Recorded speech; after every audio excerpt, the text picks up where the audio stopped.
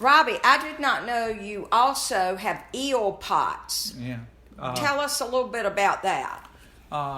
When I was younger, sometimes mainly in the fall of the year, starting like September, October, November, we would. It was not something I depend on for a regular living, but just to make money on the side, we would go generally up in Currituck Sound or all the way up around the Grandy area or even further up.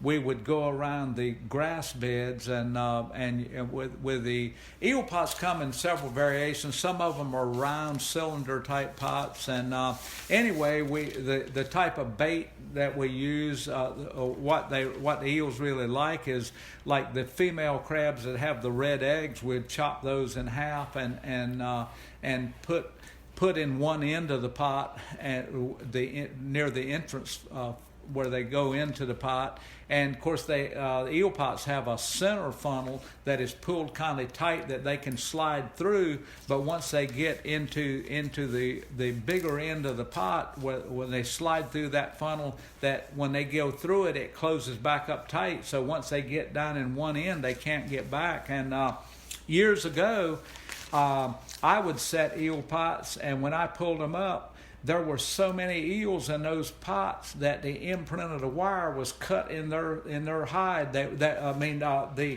The dump pocket on one end where you had tied with a string would be so tight that it was hard to even get the string untied. There were so many eels. That was years ago. Now you wouldn't see that now, I don't believe, but some people still. Nowadays, you see there's several markets. Eels generally are sold in Europe, and there's buyers that come around with trucks that have that he has water circulating through tanks on his truck, and they'll come and they have a scale that they hang on the side of the truck and weigh them and put them in their tanks. But I haven't done that for a few years, even though I still have eel pots. And one time I made some really nice cage type eel pots, and Jane made she made the funnels. She sewed the funnels for me, and I took a big needle, a really big needle with a big eye in it, and we used this nylon twine to sew those funnels into those pots. But they were really nice pots, and I did another fellow a favor by letting him have those pots one year when I wasn't using them, and I would have liked to have got them back, but he sold them to somebody else. But anyway, do you eat the eel? Oh, I love eels. I like eels probably as good as any type of fish.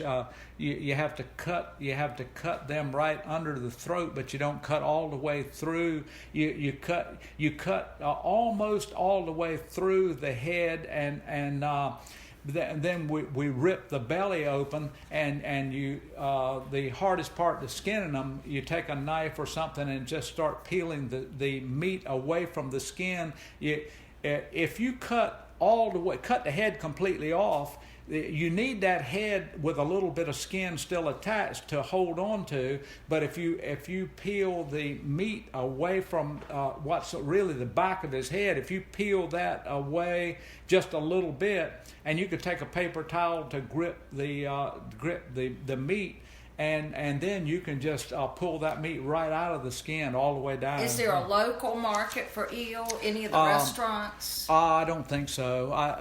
Local people, we eat eels, but most of them are always shipped away from here. I've never really sold any eels locally or anything, but they're really good eating though. We cut them up in about 4-inch pieces, and we'll put on each 4-inch piece, we'll have several gashes on each side so that it cooks through really good. They're blue when the meat is, when you pull him out, he's green. An eel is green, but when you pull the meat out, it's blue.